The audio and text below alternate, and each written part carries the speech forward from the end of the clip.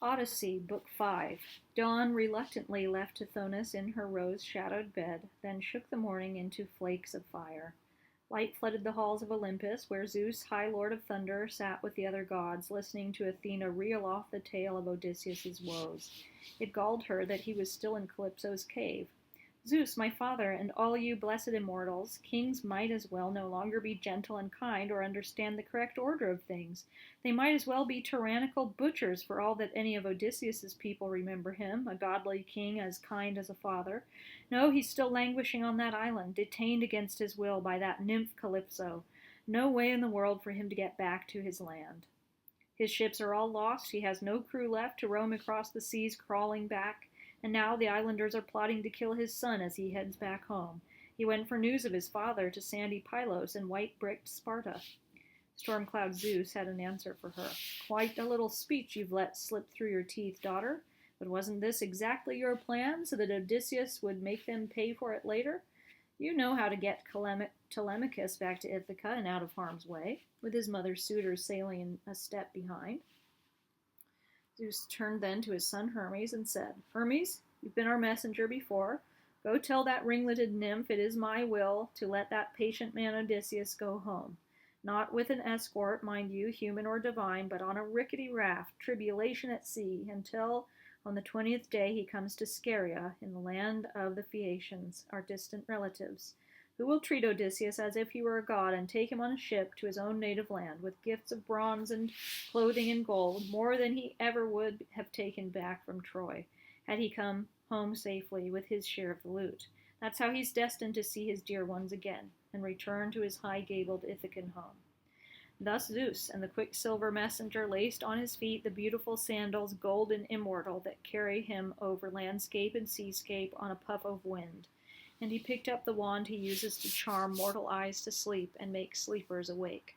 Holding this wand, the tough quicksilver god took off, bounded onto Pieria, and dove through the ether down to the sea, skimming the waves like a cormorant, the bird that patrols the saltwater billows, hunting for fish, sea spume on its plumage.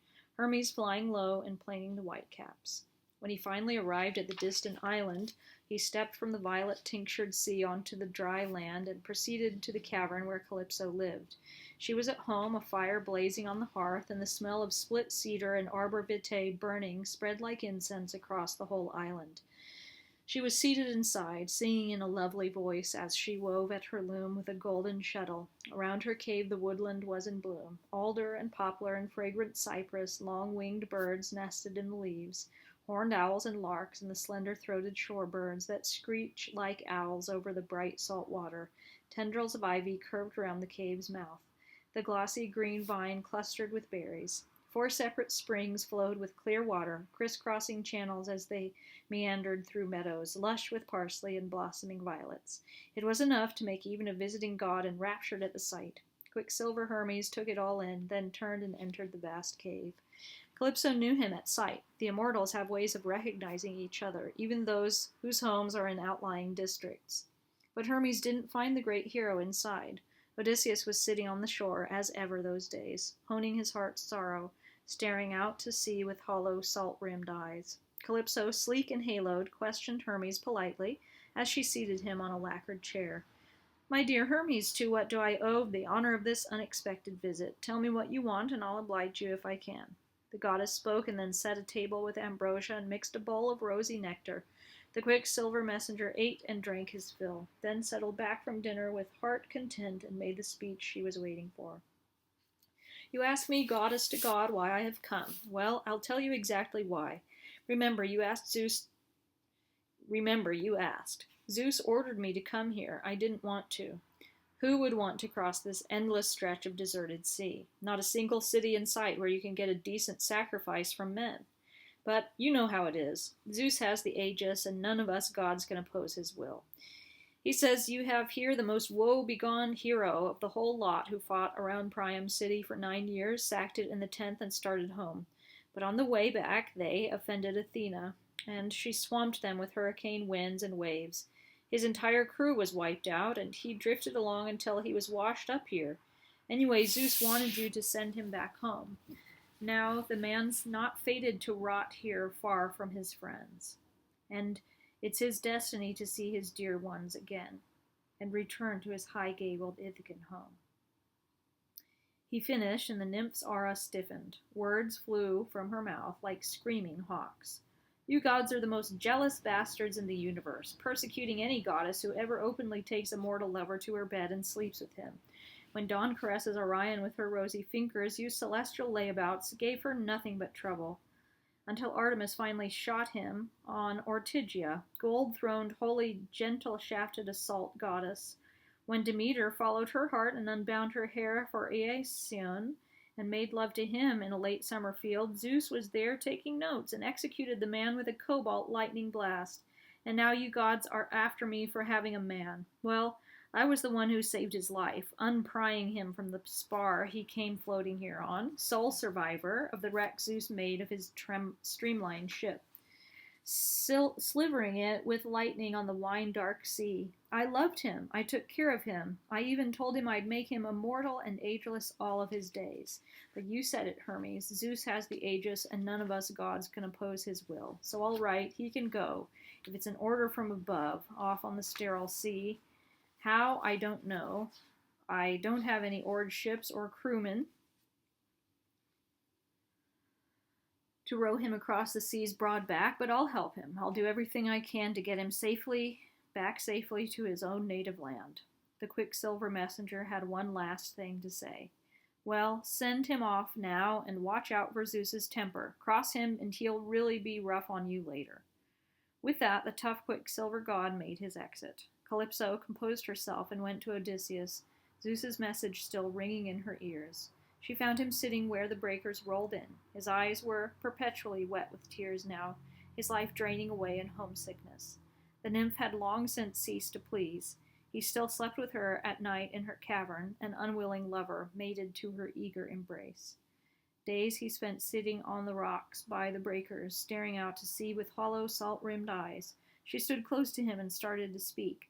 You poor man, you can stop grieving now and pining away. I'm sending you home. Look, here's a bronze axe. Cut some long timbers and make yourself a raft fitted with top decks. Something that will get you across the sea's misty spaces. I'll stock it with fresh water, food, and red wine. Hearty provisions that will stave off hunger, and I'll clothe you well and send you a following wind to bring you safely home to your own native land, if such is the will of the gods of high heaven, whose minds and powers are stronger than mine. Odysseus's eyes shone with weariness. He stiffened and shot back at her words, fletched like arrows. I don't know what kind of send-off you have in mind, goddess, telling me to cross all that open sea on a raft, painful, hard sailing. Some well-rigged vessels never make it across with a stiff wind from Zeus. You're not going to catch me setting foot on any raft unless you agree to swear a solemn oath that you're not planning some new trouble for me. Calypso's smile was like a shower of light. She touched him gently and teased him a little. Blasphemous, that's what you are, but nobody's fool. How do you manage to say things like that? All right, I swear by earth and heaven above and the subterranean water of Styx, the greatest oath and the most awesome a god can swear, that I'm not planning more trouble for you, Odysseus. I'll put my mind to work for you as hard as I would for myself, if ever I were in such a fix. My heart is in the right place, Odysseus, nor is it a cold lump of iron in my breast. With that, the haloed goddess walked briskly away, and the man followed in the deity's footsteps. The two forms, human and divine, came to the cave, and he sat down in the chair which moments before Hermes had vacated, and the nymph set out for him food and drink such as mortal men eat. She took a seat opposite godlike Odysseus, and her maids served her ambrosia and nectar. They helped themselves to as much as they wanted, and when they had their fill of food and drink, Calypso spoke, an immortal radiance upon her. Son of Laertes, in the line of Zeus, my wily Odysseus, do you really want to go home to your beloved country right away? Now? Well, you still have my blessings, but if you had any idea of all the pain you're destined to suffer before getting home, you'd stay here with me, deathless. Think of it, Odysseus, no matter how much you missed your wife and wanted to see her again. You spend all your daylight hours yearning for her. I don't mind saying she's not my equal in beauty, no matter how you measure it. Mortal beauty cannot compare with immortal. Odysseus, always thinking, answered her this way. Goddess and mistress, don't be angry with me. I know very well that Penelope, for all her virtues, would pale beside you. She's only human, and you are a goddess, eternally young. Still, I want to go back. My heart aches for the day I return to my home. If some god hits me hard as I sail the deep purple, I'll weather it like the sea-bitten veteran I am. God knows I've suffered and had my share of sorrows in war and at sea. I can take more if I have to. The sun set on his words, and the shadows darkened. They went to a room deep in the cave where they made sweet love and lay side by side through the night. Dawn came early, touching the sky with rose. Odysseus put on a shirt and cloak, and the nymph slipped on a long silver robe shimmering in the light, cinched it at the waist with a golden belt, and put a veil on her head. What to do about sending Odysseus off? She handed him an axe, bronze, both edges honed. The olive wood haft felt good in his palms. She gave him a sharp adze, too, then led the way to the island's far side where the trees grew tall, alder and poplar and silver fir, sky-topping trees, long seasoned and dry, that would keep him afloat. Calypso showed him where the trees grew tall, then went back home, a glimmer in the woods. While Odysseus cut timber, working fast, he felled 20 trees, cut them to length, smoothed them skillfully, and trued them to the line. The glimmer returned, Calypso with an auger, and he drilled the beams through, fit them up close, and hammered them together with joiners and pegs. About the size of a deck, a master shipwright chisels into shape from a broad-bowed freighter was the size Odysseus made his wide raft. He fit upright ribs close set in the decking and finished them with long-facing planks. He built a mast and fit in a yardarm, and he made a rudder to steer her by. Then he wove a wickerwork barrier to keep off the waves, plating it thick.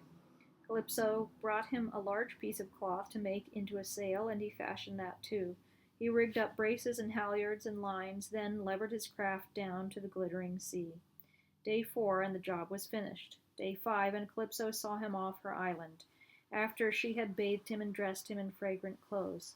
She filled up a skin with wine and that ran black, another large one with water, and tucked into a duffel a generous supply of hearty provisions, and she put a breeze at his back, gentle and warm.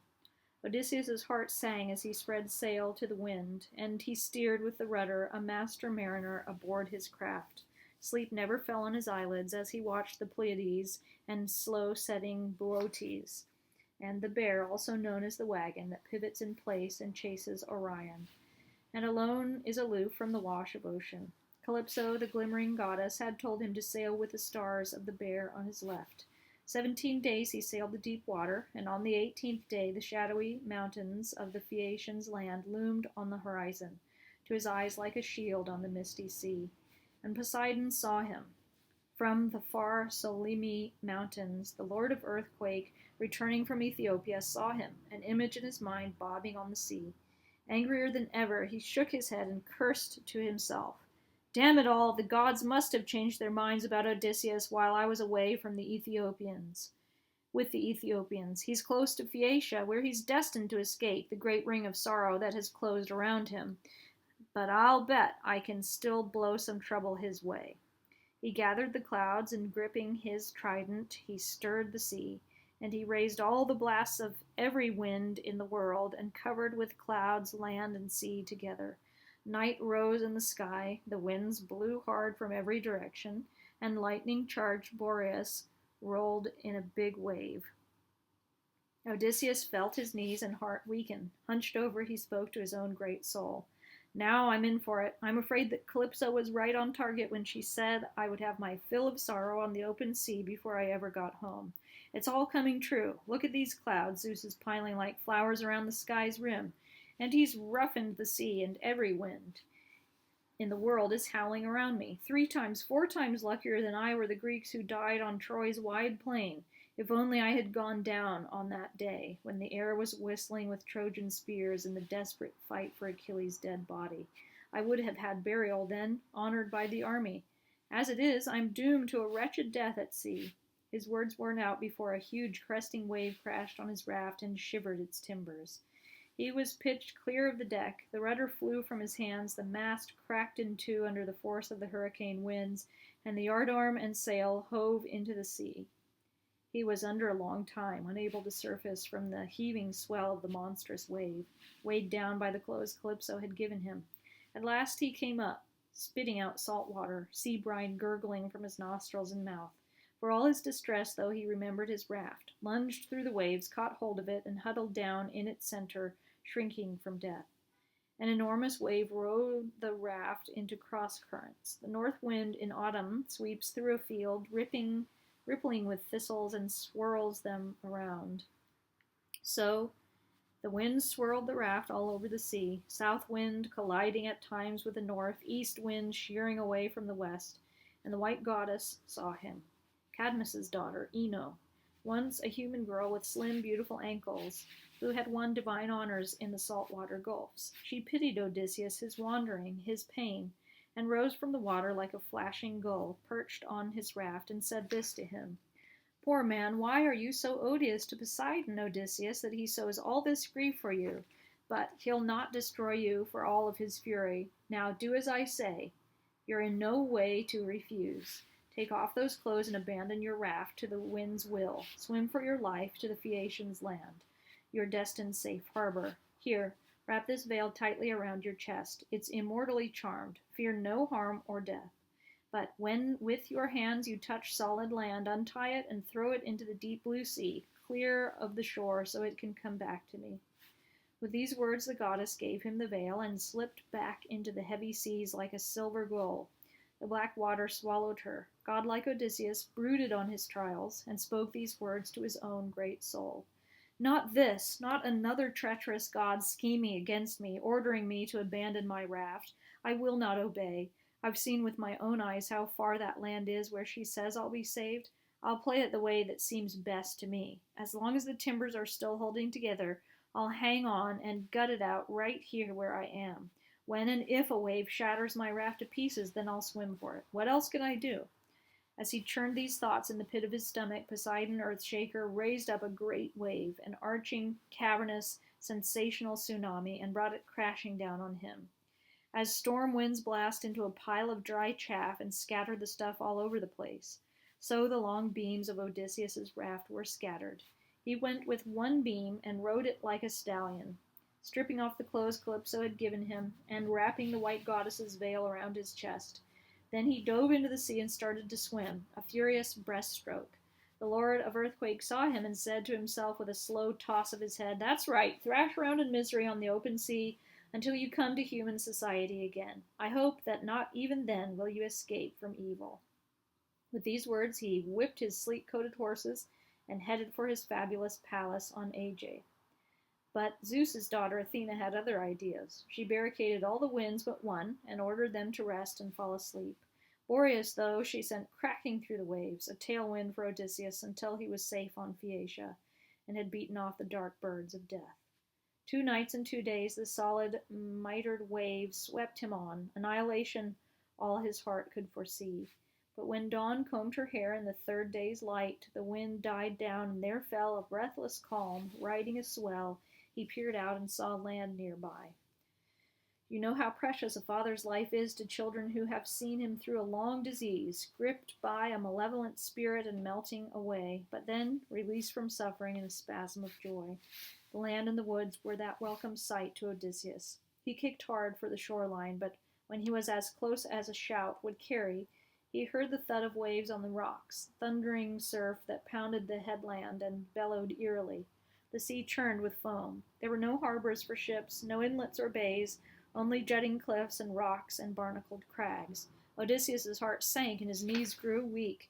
With a heavy sigh he spoke to his own great soul. "Ah, Zeus has let me see land I never hoped to see, and I've cut my way to the end of this gulf. But there's no way to get out of the gray salt water, only sharp rocks ahead, laced by the breakers, and beyond them slick stone rising up sheer, right out of deep ocean. No place for a foothold, no way to stand up and wade out of trouble. If I try to get out here, a wave might smash me against the stone cliff. Some mooring that would be. If I swim around farther and try to find a shelving shore or an inlet from the sea, I'm afraid that a squall will take me back out, groaning deeply on the teeming dark water. Or some monster will attack me out of the deep from the swarming brood of great Amphitrite. I know how odious I am to the Earthshaker." As these thoughts welled up from the pit of his stomach, a breaker bore him onto the rugged coast. He would have been cut to ribbons and his bones crushed, but gray-eyed Athena inspired him. Slammed onto a rock, he grabbed it with both hands and held on, groaning, until the breaker rolled by. He had no sooner ducked it when the backwash hit him and towed him far out into open water again. It was just like an octopus pulled out of its hole with pebbles stuck to its tentacles. Odysseus's strong hands clinging to the rocks until the skin was ripped off. The wave pulled him under, and he would have died then and there, but Athena was with him. He surfaced again. The wave spat him up landwards, and he swam along parallel to the coast, scanning it for a shelving beach and inlet from the sea. And when he swam into the current of a river delta, he knew he had come to the perfect spot. Lined with smooth rocks and sheltered from the wind, he felt the flowing of the river god, and he prayed, "Hear me, river lord, whoever you are, and however men pray to you. I am a fugitive from the sea and Poseidon's persecution, a wandering mortal, pitiful to the gods. I come to you, to your water and your knees. I have suffered much. O Lord, Lord, hear my prayer." At these words the god stopped his current, made his waters calm, and harbored the man in his river's shallows. Odysseus crawled out on hands and knees. The sea had broken his spirit.